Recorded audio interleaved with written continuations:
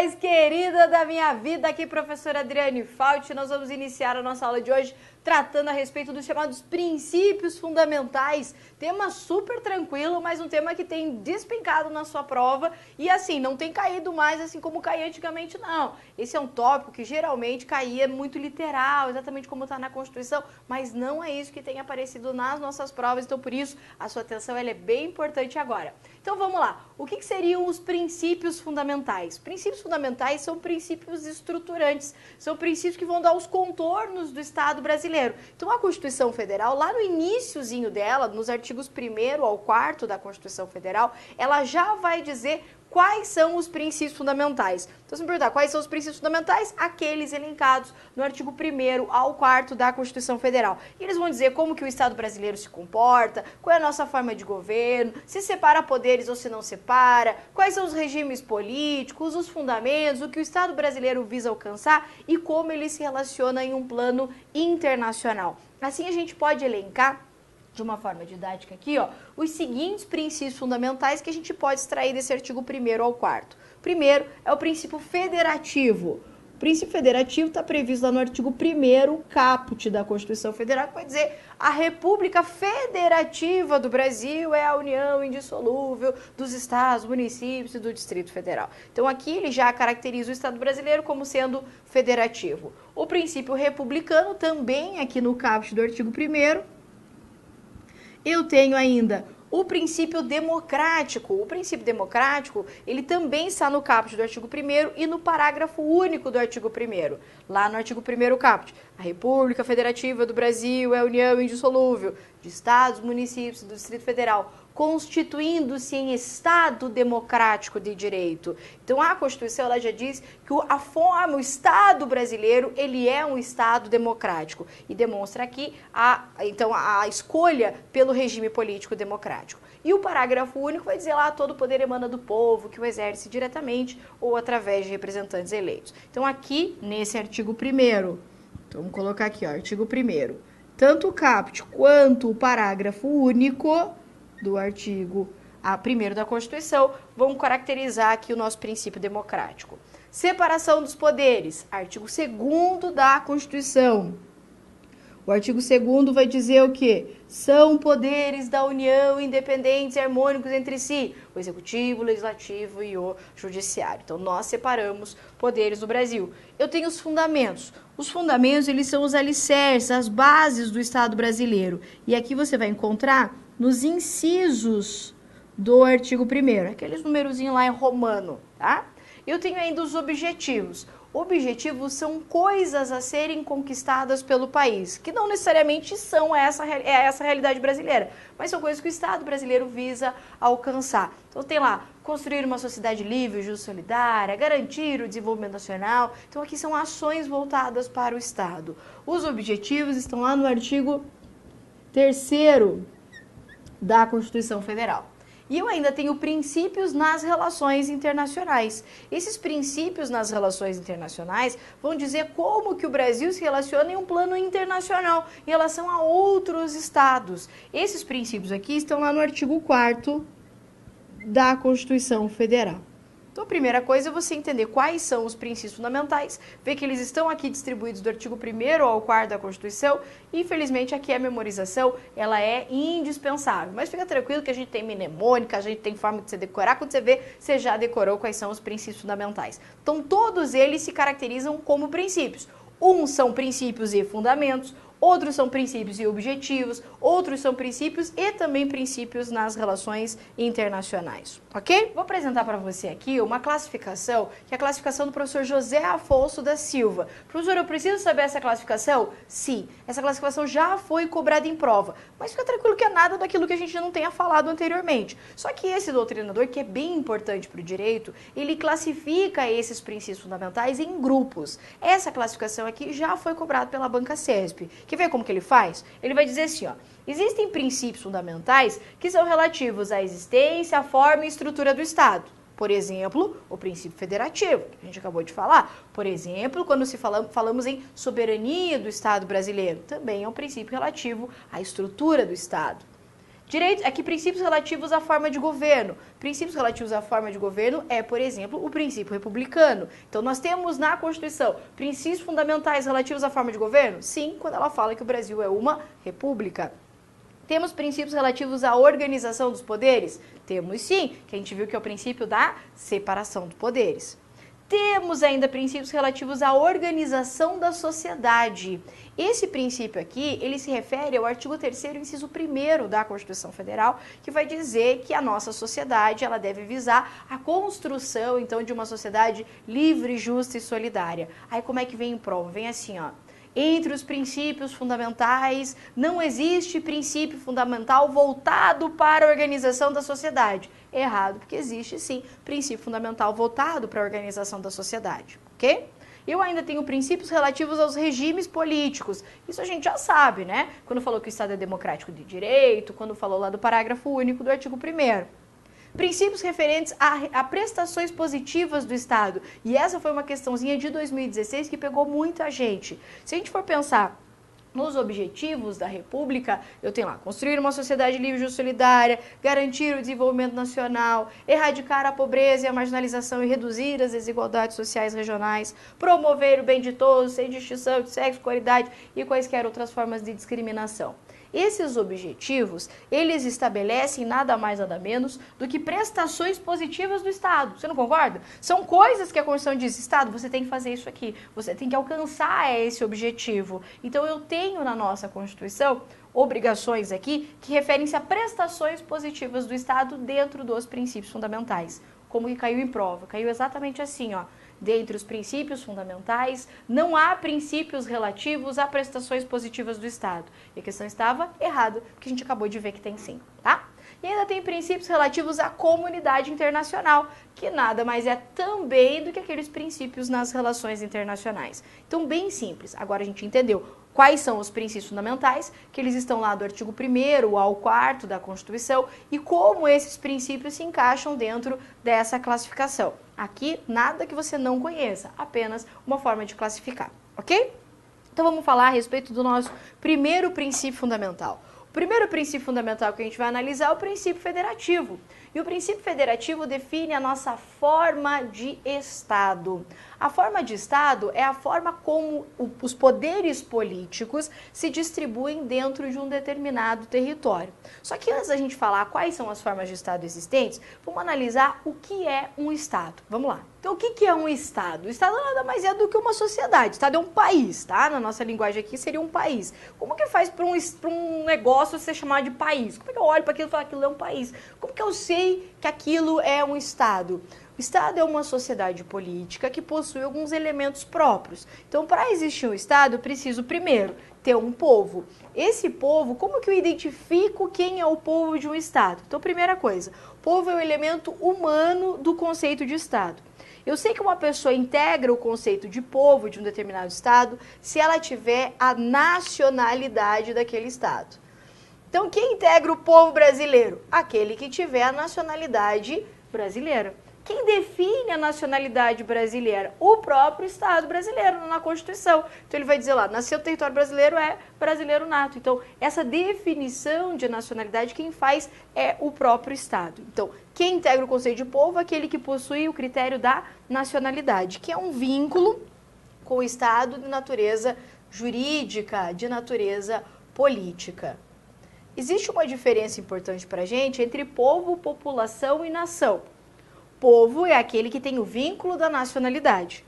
População é um conceito numérico. População é o número de pessoas existentes em um determinado território naquele momento histórico que foi feito lá o censo. Então eu conto as pessoas que estão dentro do território brasileiro. Nesse caso aqui eu posso dizer que população abrange tanto os nacionais aqui residentes, mas também os estrangeiros. Então aqui é apenas uma questão numérica a população. Diferente também do conceito de nação. O conceito de nação é um conceito sociológico. Aqui eu identifico as pessoas não por onde elas estão, em qual território elas estão, e sim por questões culturais, históricas, linguísticas. Tá? Então, povo, aquele que possui a nacionalidade, população, um conceito meramente numérico, número de pessoas aqui nacionais e estrangeiros, e nação, um conceito sociológico, o que une pessoas pela língua, pelos costumes, pela história. Muito bem, eu tenho ainda o segundo elemento, que é o elemento material, que é o território. Então, para que um Estado exista, ele tem que ter um espaço territorial onde ele vai mandar no seu povo, certo? Então, o espaço territorial onde o país, o Estado, exerce a sua soberania, nós chamamos isso de território. Tenho ainda o conceito de soberania. O que é soberania? Soberania é o elemento formal do Estado. Também pode aparecer na sua prova governo soberano. A CESP já colocou uma vez, dizendo assim, que são elementos do Estado, povo, território e governo, e ela deu como correta. É claro que melhor seria ela dizer governo soberano, mas ela disse governo e deu a questão ali como correta. Então, qual que é o terceiro elemento? Soberania ou governo soberano. O que é isso? Para que o Estado seja para que uma sociedade seja classificada como um Estado, esse Estado ele precisa mandar dentro do seu território. Logo a gente vai dizer que ele precisa ser supremo na ordem interna e independente na ordem externa. Explico porque é bem simples. Supremo na ordem interna e independente na ordem externa. Para eu olhar um grupo de pessoas reunidas em um território e falar aquilo é um país, essas pessoas ali, elas têm que se autodeterminar. Dentro do território tem que ser o Estado que manda ali dentro. Então, no nosso caso, o Brasil, ele tem soberania? Claro que tem. Por quê? Porque quem dá a última palavra para nós aqui dentro é o Estado brasileiro. Seja através do nosso poder executivo, do presidente, do legislativo, fazendo as leis que nos obrigam a fazer coisas, como também pelo judiciário que decide os nossos conflitos. Então, em última análise, quem dá a última palavra dentro do território brasileiro é quem? É o próprio Estado brasileiro. Isso é soberania. Além disso, soberania num plano externo significa ser independente. Para que um país seja chamado de país, ele não pode estar subordinado a outro país. Ele não pode ser colônia de outro Estado, certo? Então, o que significa ter soberania? Que um conceito clássico de soberania significa ser supremo aqui dentro, é ele que manda aqui dentro do território, e significa ser independente, não é subordinado a nenhum outro Estado internacional. Então, para que exista o Estado, eu preciso de pelo menos 3 elementos: povo, território e soberania. Então, quais são as formas de Estado existentes? Nós temos 2 formas de Estado importantes aqui para a gente: o Estado unitário e o Estado composto ou federativo. Estado simples ou unitário é aquela modalidade de Estado que possui apenas uma unidade de poder político. Lembra que eu disse para você que formas de Estado, uma forma varia em relação a outra forma de Estado, de acordo com a distribuição de poderes políticos em razão do território. Então, se eu tenho um Estado e existe um único poder político que manda em tudo, chamo isso de Estado unitário. Quando eu tenho uma divisão interna de várias unidades de poder político, eu tenho uma federação ou Estado composto, certo? Então, Estado unitário é aquele que tem um poder político e a federação quando tem mais de um poder político. Estados com extensão territorial menor geralmente adotam a forma de Estado unitária. Vê um exemplo? França, Uruguai, Paraguai, têm extensões territoriais pequenininhas. Logo, eles não precisam ter um monte de unidade política interna. Tendo um poder só, uma união, já é suficiente para conseguir organizar aquele território. Diferente do Brasil. O Brasil é um país de uma extensão territorial imensa. Logo, imagine que existisse um único governo, né? Um único poder político, não ia dar conta. Então, o que acontece? Acontece a descentralização política. Eu crio dentro do Estado várias unidades. E no Brasil a gente tem várias, né? Eu tenho a União, aí dentro da União eu tenho ainda divisão em estados. Dentro do Estado eu tenho um negócio chamado divisão em municípios. E ainda tem um outro que é o Distrito Federal. Então, no caso brasileiro, nós adotamos essa descentralização política através da escolha da forma de Estado federativa. Para existir uma federação, eu não preciso de 4 poderes políticos como a gente tem no Brasil. Eu preciso de pelo menos 2. Então, se existir uma união e tem o Estado, tem uma federação. Só que o Brasil ele não se contenta com pouco, né, filho? Ele gosta de união, Estado, vamos criar municípios. Se puder criar dentro do município mais outra coisa, a gente quer criar também, tá? Mas para existir uma federação, eu preciso de pelo menos 2 unidades de poderes políticos, ok? Vamos passar aqui para a próxima. Vamos falar um pouquinho a respeito das noções envolvendo o federalismo. O federalismo, como eu disse, ele nada mais é do que uma aliança, uma união entre entes, em prol de um todo, certo? Isso é federalismo. Quando que surgiu essa forma de Estado federativa? Ela surge com a Constituição norte-americana em 1787. Isso aqui já foi objeto de prova também. Então, quando que surge esse modelo de Estado federativo? Com a Constituição americana de 1787. No Brasil, nós adotamos essa forma em 1889 com a Proclamação da República. Então, junto com a Proclamação da República, nós tivemos a adoção do modelo federativo. Só que nós tivemos esse modelo previsto em uma Constituição apenas em 1891. Então, quando que surge o federalismo no Brasil? Em 1889, com a proclamação da República. O mesmo decreto que proclamou a República, proclamou a forma de Estado federativa. Só que isso só foi formalizado em uma Constituição em 1891. A adoção dessa forma de Estado federativa, ela está prevista lá no artigo 1º da Constituição Federal, só que ela não pode ser interpretada de forma isolada. Eu tenho que entender o federalismo, como ele funciona no país, com o artigo 1º, mas também analisando o artigo 18 da Constituição Federal. Quer ver? Vem comigo ali na tela, para eu destacar algumas coisas importantes, para a gente também não errar, questãozinha fácil. Olha o que diz o artigo 1º. A República Federativa do Brasil, formada pela união indissolúvel dos estados e municípios do Distrito Federal, constitui-se em Estado democrático de direito e tem como fundamentos, tá? Esse união que ela se refere aqui, ó, tá no sentido de união de junção, sim e não ao mesmo tempo. Isso porque essa união aqui, apesar de não estar com letra maiúscula, é a união como a gente conhece hoje, tá? Então vamos analisar aqui o artigo 18 junto. Olha o que diz o 18. A organização político-administrativa da República Federativa do Brasil compreende a União, os estados, o Distrito Federal e os municípios, todos autônomos nos termos dessa Constituição. Essa união que está aqui, ó, em letra maiúscula, é a mesma união que a gente viu aqui em letra minúscula. É claro que seria maravilhoso se no artigo 1º ele tivesse colocado união com letra maiúscula, mas essa união no sentido de junção indissolúvel é a mesma união do artigo 18. Logo, a gente pode dizer que o Estado brasileiro, que é chamado de República Federativa do Brasil, que é o nome do país Brasil, esse ente aqui é dotado de soberania, porque é o Estado, lembra? Tem povo, território, soberania. Essa é o nome do país Brasil, República Federativa do Brasil. Esse ente aqui é formado pela junção de outros entes. Quem são esses entes políticos? Eu tenho a União, eu tenho os estados, eu tenho os municípios e o Distrito Federal. Esses entes aqui, ó, não têm soberania. Esses entes aqui possuem autonomia política. Autonomia política. Ah, professora, autonomia e soberania é a mesma coisa? Claro que não, claro que não. Soberania é essa capacidade de ser supremo dentro do seu território, mandar na coisa toda. Autonomia é mais simples que isso. Autonomia significa poder se organizar, poder fazer suas próprias leis, poder ter receitas próprias.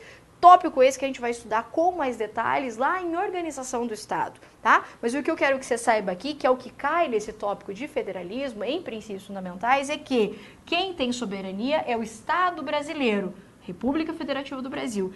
Esses entes aqui não têm soberania, eles possuem autonomia. Logo, eu posso afirmar que República Federativa do Brasil e União são coisas diferentes.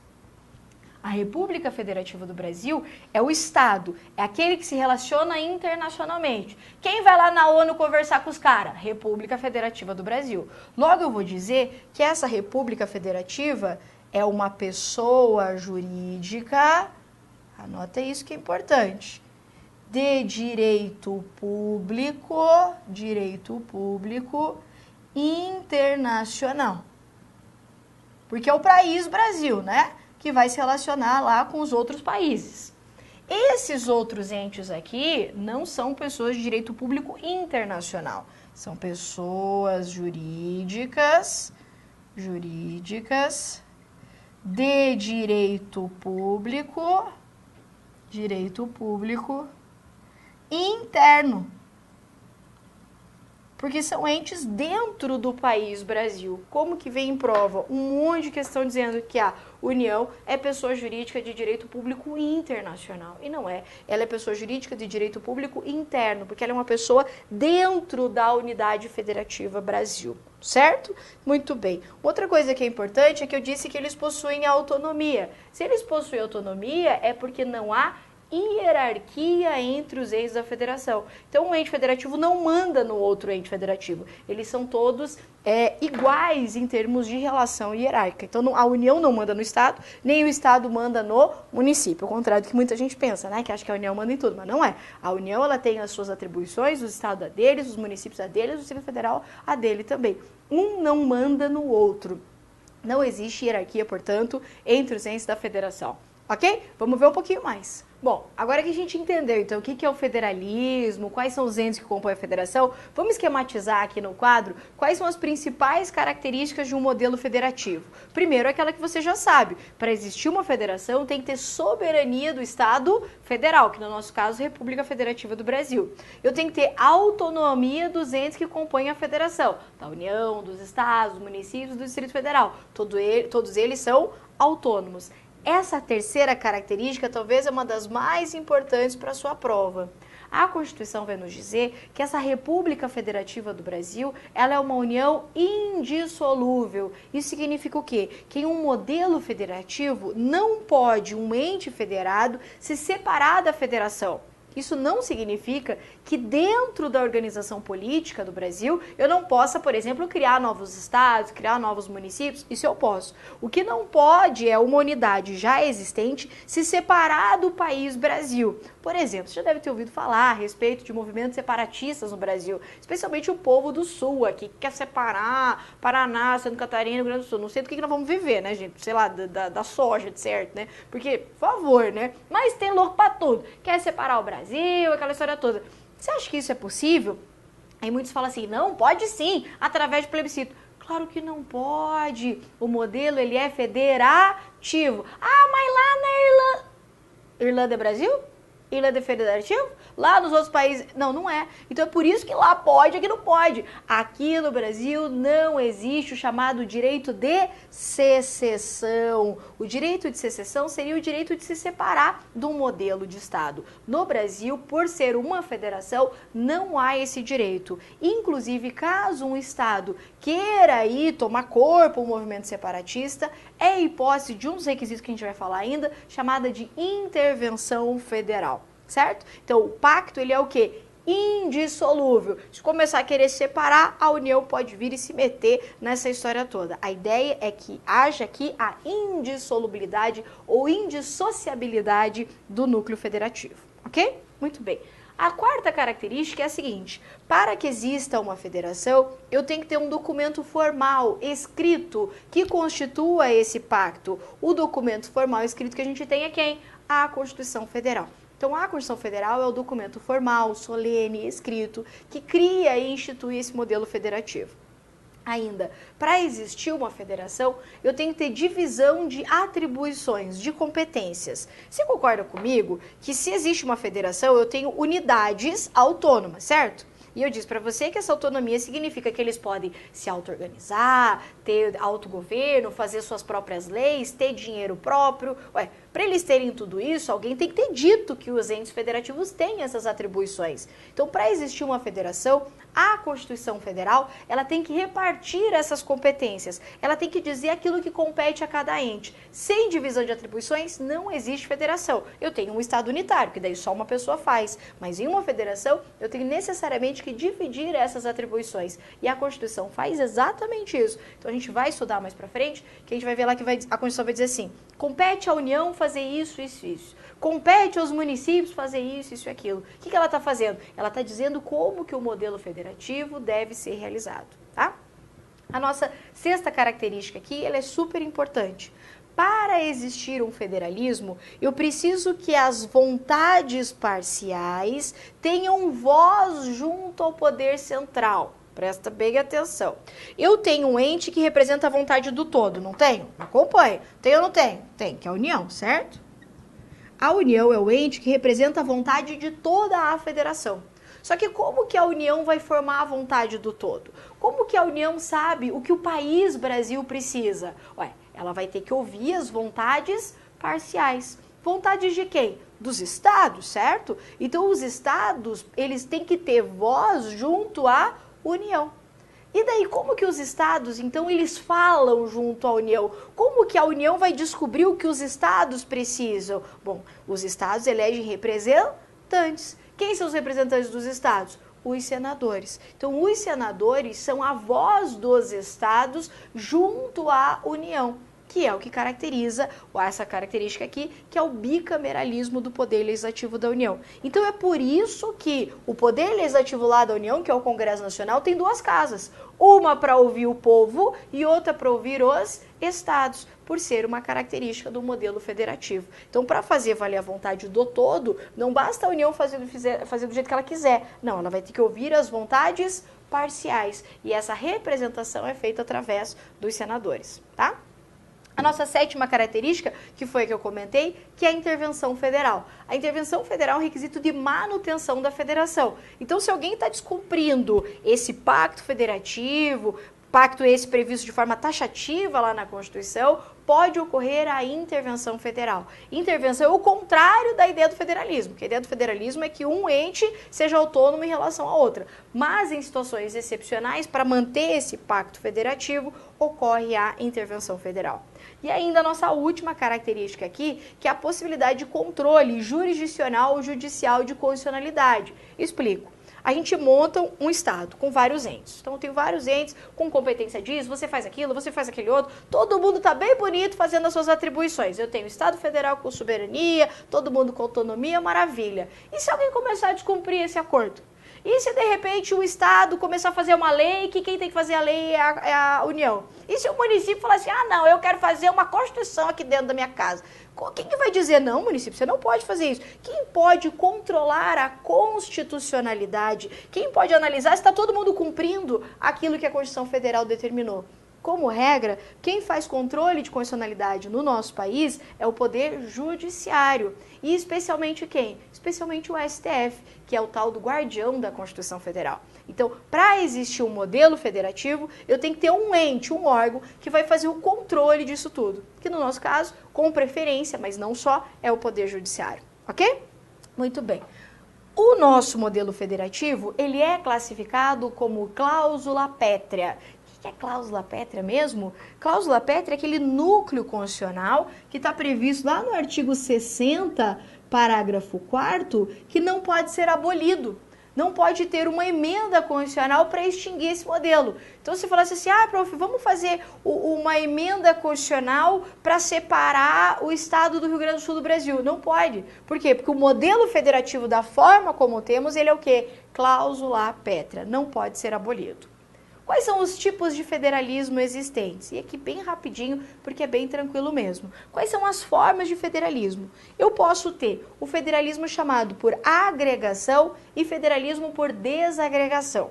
Um federalismo por agregação é aquele que se forma a partir de outros países que se unem. É o caso dos Estados Unidos. Os Estados Unidos, eu tinha vários países, que eram as 13 colônias e tal, que se juntaram para formar uma federação. Então, cada um era um paizinho que juntou com outro paizinho, que juntou com outro paizinho.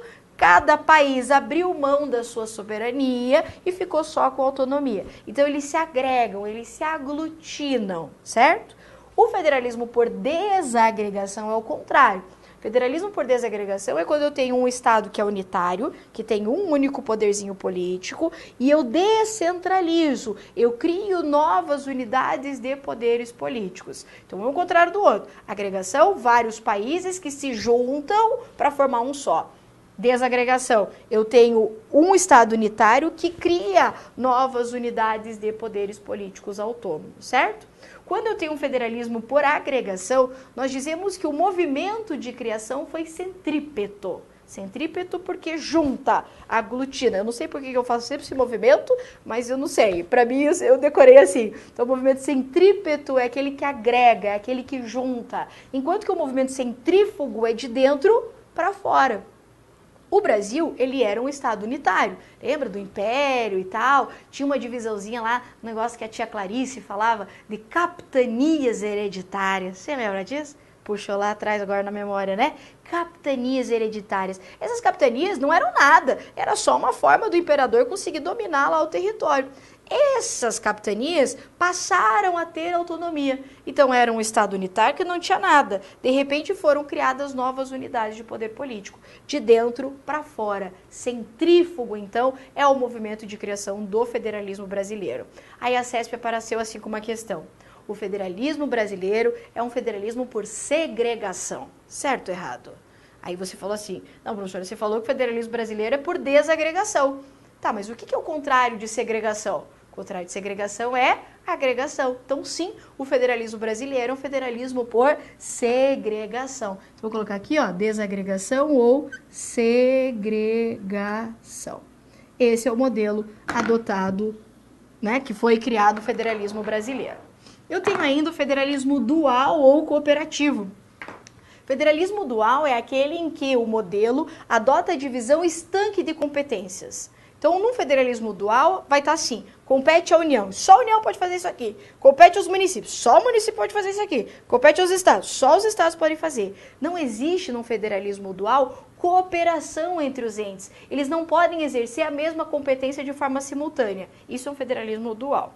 Federalismo cooperativo é aquele em que há competências comuns entre os entes ou competências de natureza concorrente. No Brasil, nós adotamos o federalismo cooperativo e você pode encontrar isso especialmente no artigo 23, 24, mas principalmente no artigo 23, parágrafo único da Constituição, que vai falar que os entes devem cooperar para a realização de determinadas competências. Então, o federalismo brasileiro adotado é um federalismo cooperativo, porque permite que mais de um ente exerça a mesma atribuição.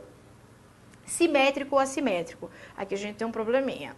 Federalismo simétrico ou assimétrico, ele tem uma divergência da doutrina de se o federalismo brasileiro é simétrico ou assimétrico. Aqui nós vamos levar em consideração a posição da banca CESP. Eu vou falar o que é um, o que é outro, mas vamos falar principalmente da posição da CESP. Federalismo simétrico é aquele quando há uma homogeneidade entre os entes, quando os entes são basicamente iguais ou similares. E o tratamento que a União dá para esses entes é igualitária. Então, quando a União trata todos os entes da federação iguaizinhos, eu tenho um federalismo simétrico. É claro que isso só é possível também se os entes são homogêneos. Em um federalismo assimétrico, existe uma heterogeneidade entre os entes da federação e a União, então, vai dar tratamento diferenciado. Parte da doutrina vai dizer que o federalismo brasileiro seria simétrico. Simétrico porque a União trata os entes iguais. Aliás, os entes têm voz na União de forma igualitária. Quer ver? Nós elegemos quantos senadores por estado? 3, certo? 3 para todo mundo? Sim, Paraná, Santa Catarina, Rio Grande do Sul, todo mundo elege quantos senadores? 3. Então, a participação dos estados na União não é igual? Sim. Então, por conta disso, muita gente vai dizer que o federalismo brasileiro seria simétrico. Mas outras pessoas vão dizer não. O federalismo do Brasil ele é assimétrico. Por quê? Porque existe diferença entre os entes da federação e mais, a União trata esses entes de forma diferente. Existe criação de unidades de destinação de receitas específicas para estados, de regiões de desenvolvimento, então eles não são tratados de forma igualitária. O que a CESP adota? A CESP diz que o federalismo brasileiro é assimétrico, ok? Mas há divergência entre as bancas também. De terceiro grau ou de segundo grau? Aqui vou precisar que você preste bastante atenção comigo, porque é simples, mas você piscou, você perdeu. A CESP, assim como o doutrinador chamado Marcelo Novellino, entende que o federalismo no Brasil seria um federalismo de terceiro grau. Isso porque a gente tem uma estrutura tríplice. Eu tenho lá a União, aí dentro da União eu tenho o Estado, e dentro dos Estados eu tenho os municípios. Aí você vai dizer para mim, mas não tem o tal do Distrito Federal? Eu vou dizer sim, mas você sabe que o Distrito Federal, ele é um negócio que, às vezes ele é Estado, às vezes ele parece com o município, ele não é tipo uma quarta ordem, entendeu? Ora ele parece Estado, ora ele parece município. Então, por isso, essa doutrina, e a CESP adota ela, vai dizer que o federalismo brasileiro é de terceiro grau, porque, na verdade, tem uma estrutura tríplice. Simples? Simples. Outra parte da doutrina vai dizer, não, o federalismo brasileiro é de segundo grau. Essa doutrina que diz que é de segundo grau, ela não leva em consideração a estrutura, ela leva em consideração os graus de constituição existentes. Bem simples, dá uma relaxada aí, ó. A União, ela se organiza através de uma Constituição, certo? Que é quem? Constituição Federal. Os estados também, só que não é Constituição Federal nos estados. Como é que é o nome nos estados? Constituição Estadual. E nos municípios? O município não tem Constituição, não. Não tem? Não. O município tem um negócio chamado Lei Orgânica. Logo, quantos graus constituintes nós temos? 2. Então, quem leva em consideração o grau de Constituição vai dizer que o federalismo é de segundo grau. Quem leva em consideração só a estrutura vai dizer que a estrutura é tríplice. Simples? Então, quem leva em consideração que a estrutura federativa é tríplice vai dizer que o federalismo é de terceiro grau. Quem vai falar da auto-organização em graus constituintes vai falar em federalismo de segundo grau. Ok? Muito fácil. Federalismo de equilíbrio, integração e orgânico, só para a gente finalizar aqui, ó. O federalismo de equilíbrio é aquele que visa equilibrar as atribuições no modelo federativo. Então, quando existe uma distribuição igualitária, equilibrada de atribuições, chamamos de federalismo de equilíbrio.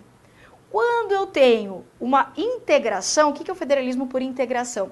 É quando eu tenho um federalismo, na verdade, de fachada. Na verdade, esse Estado queria ser unitário, mas chamou de federalismo por integração. Isso aqui foi típico das ditaduras aqui na América Latina, que, na verdade, tem uma federação, mas as unidades que compõem essa federação não têm quase a autonomia. Então, é um mero federalismo formal, um federalismo de fachada, tá?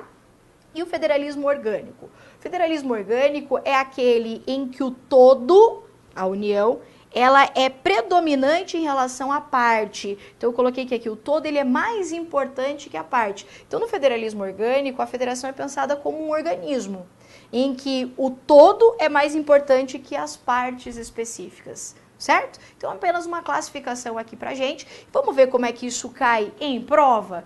Vamos lá, que aqui que é o mais importante, né? Olha lá como é que diz a nossa primeira questão. De acordo com a doutrina, os princípios constitucionais fundamentais estabelecidos no título 1 da Constituição de 88 podem ser discriminados em princípios relativos à existência, à forma e tipo de Estado, à forma de governo, organização dos poderes, organização da sociedade, da vida política, do regime democrático, prestação positiva do Estado e a comunidade internacional. Veja que essa questão está apresentando aquela classificação que a gente estudou do José Afonso da Silva.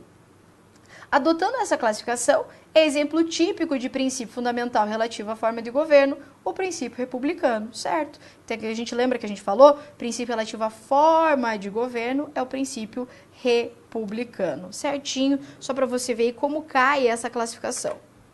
No federalismo orgânico, há uma presença marcante do ente federal em detrimento das unidades federais. Não foi isso que a gente falou? Que no federalismo orgânico o que vale mais é o todo, o ente federal, em detrimento, deixando de lado as unidades federadas. Entre as características comuns do Estado Federal, inclui-se a representação das unidades federativas no Poder Legislativo Central, lembra que a gente falou através dos senadores, a existência de um Tribunal Constitucional, aqui ele se refere ao controle de constitucionalidade e a intervenção para a manutenção da federação.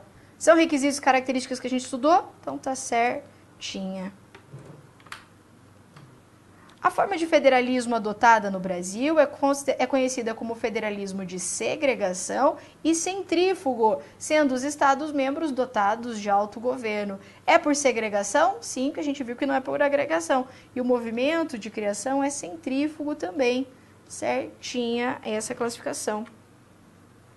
Olha aqui. O federalismo brasileiro constitui um federalismo de duplo grau, por ter a Constituição da República reconhecido aos municípios autonomia política, administrativa, normativa e financeira, e definido suas competências privativas, regra geral, de forma expressa. O que a gente viu? Todas as questões são CESP, né? A gente viu que ela está o quê? Errada, porque o federalismo, quando ele considera aqui a figura dos municípios, é um federalismo, na verdade, de terceiro grau. Ok, senhor? Espero muito que você tenha gostado da nossa aula. Era isso que nós tínhamos para a nossa aula de hoje. Forte abraço e até a próxima.